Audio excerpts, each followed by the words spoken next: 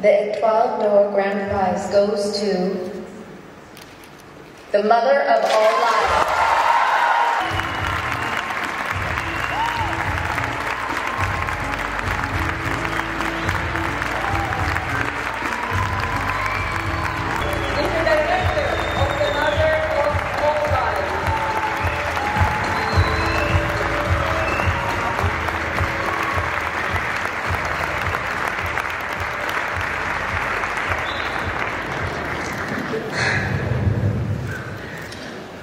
I will try in Arabic, and please be just patient with me, Mr.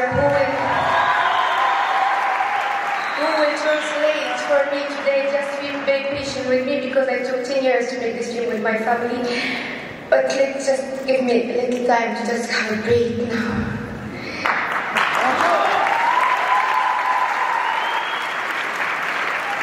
صدقوني كتبت هذه الكلمة منذ سنوات وسجلتها على هاتفي لأقرأها يوما ما على هذه الخشبة، خشبة مراكش، في ليلة احتفاء كبيرة كهذه. أبي، أعرف أنك في القاعة، لكنني سأخاطب أبا آخر اليوم، أبو المغاربة جميعا، جلالة الملك محمد السادس نصره الله.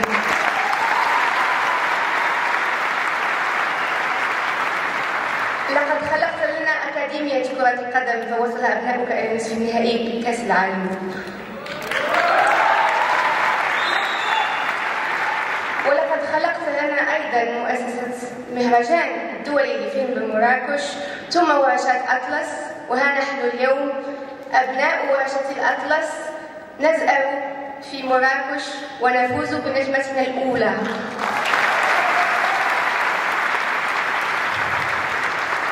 نهديها لك جلالة الملك ولصاحب السمو الأمير مولاي رشيد. شكرا لكم، شكرا ميليتا، شكرا غيمي بونو معالي والآخرون وأخريات.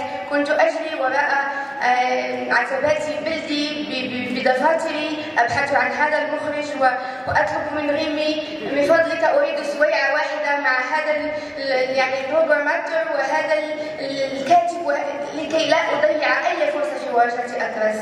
شكرا لكم. نحن خريجو هذه المؤسسة، صنعنا اليوم ربما هذه النجمة ستهدى لكل المغاربة، كانوا ينتظرونها كثيرا. شكرا لكم.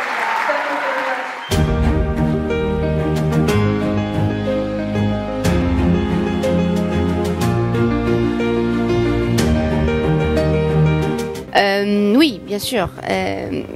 Avoir fait presque 35 festivals dans le monde, première à Cannes, Un certain regard, et après voyager dans les continents avec ce film, revenir et atterrir au Maroc, c'était le but, c'était l'idée de présenter ce film aux Marocains, parce que l'idée c'était d'abord raconter cette histoire aux Marocains.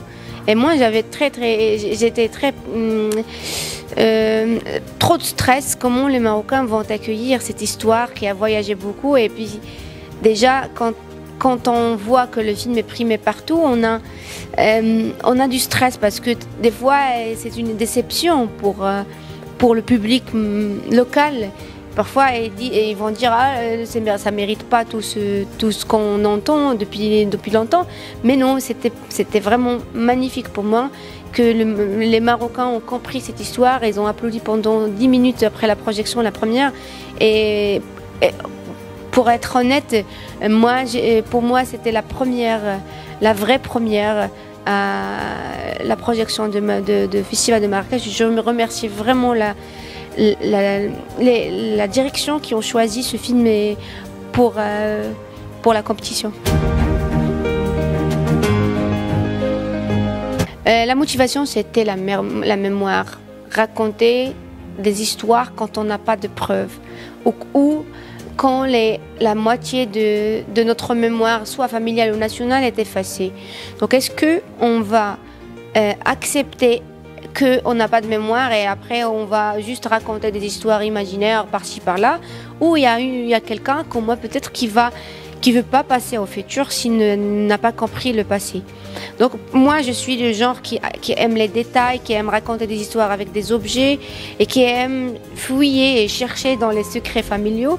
J'adore juste trouver des archives et regarder ces archives pendant des heures et des heures. Je m'ennuie pas. Et du coup, quand je commence le film dans la famille, je pose la question, ils sont où nos photos personnelles? Et que je découvre que aussi dans le quartier, il faut poser la même question à une échelle différente. Ils sont où les photos de cet événement relatif en 1981? C'est là où je me pose la question, non, il faut lier l'histoire personnelle et l'histoire nationale avec une histoire intime qui va avoir de l'ampleur en crescendo, en remontant de la famille vers le national.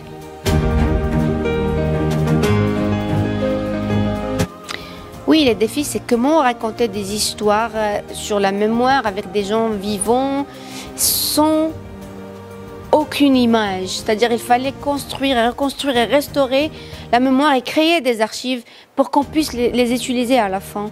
Et aussi les défis, c'était comment je peux protéger mes personnages qui vont raconter un côté sombre, mystérieux de leur côté humain et de leur côté national.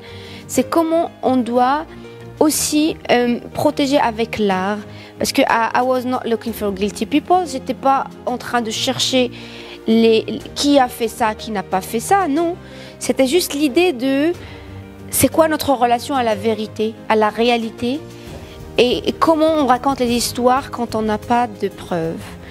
Voilà, donc il fallait protéger tout le monde dans cette histoire par l'art, et c'est pourquoi on a pris beaucoup de temps à fabriquer des décors, des figurines, et de ramener le décor vers les personnages qui sont âgés et de ne pas aller avec mes personnages et chercher des décors où les portes étaient fermées pour filmer dedans. Ce choix artistique des figurines et des maisons en miniature, parce que moi, en tant que réalisatrice, productrice, monteuse de ce film, je n'avais aucune idée quand est-ce que je vais finir ce film. Ce film ne s'inscrit pas dans le processus normal comment on fabrique les films, dans le système de l'industrie internationale, c'est-à-dire écrire, chercher de l'argent, coproduction, un distributeur, un vendeur et après aller dans les festivals, la programmation. Moi, j'avais pas une idée quand est-ce que ce film va finir. Donc, pour avoir l'équilibre et pour garder l'espoir que ce film va se faire un jour quand même, je dois trouver un dispositif. Donc le dispositif, ça vient de mon père aussi qui m'a beaucoup aidé à trouver cette idée de revenir à la construction des décors. Où j'étais petite, moi, je me fabriquais souvent des décors en carton pour jouer dedans avec mes soeurs et frères. Et donc là, on revient à cette idée, c'est qu'on fabrique tout et à la main, comme mon père, c'est un artisan qui fait tout à la main. Et c'était avec des décorateurs accessoiristes marocains qu'on a pu faire ça, parce que c'était beaucoup de travail, 8 mois de construction. Donc l'idée, c'était pas de montrer, oh regardez-moi, je suis en train de fabriquer. Non, c'était une nécessité. On avait besoin de ce décor et de ces figurines, parce que si quelqu'un va manquer dans cette histoire, parce que Dieu sait qui va rester, qui va partir, la durée est longue, la figurine va finir ce film, va continuer l'histoire. Et donc c'était ça l'idée, d'avoir quelque chose sur laquelle je peux moi contrôler en tant que réalisatrice, pour pouvoir donner plus durant des années et pas filmer une heure ou un jour ou 3 jours dans un décor. Ça ne m'intéresse pas. Il faut que je revienne à mes décors, à mes personnages quand je veux. Ah non, il y a la tournée avec le film qui représente le Maroc aux Oscars. Et j'espère que ça va faire quelque chose, parce que quand même le ministère et le ministre de la Culture, le CCM et la Cinémathèque du Maroc, ils font beaucoup de travail pour aider ce film et pousser le film à aller jusqu'au bout. Et donc là, je dois aller présenter le film dans plusieurs pays. Je n'arrête pas de bouger avec le film. Et je suis aussi en écriture avec la résidence de Cannes.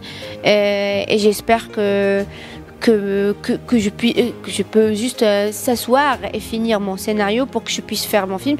Mais il n'y a pas de tournage pour l'instant, il y a juste l'écriture. Ça va prendre un peu de temps, mais ça ne va pas prendre 10 ans quand même, parce que c'est une histoire réelle, toujours réelle. J'adore le réel. Mais ça va être avec des acteurs non professionnels. Je vais prendre mon temps à faire mon casting, mais ça serait une fiction, voilà.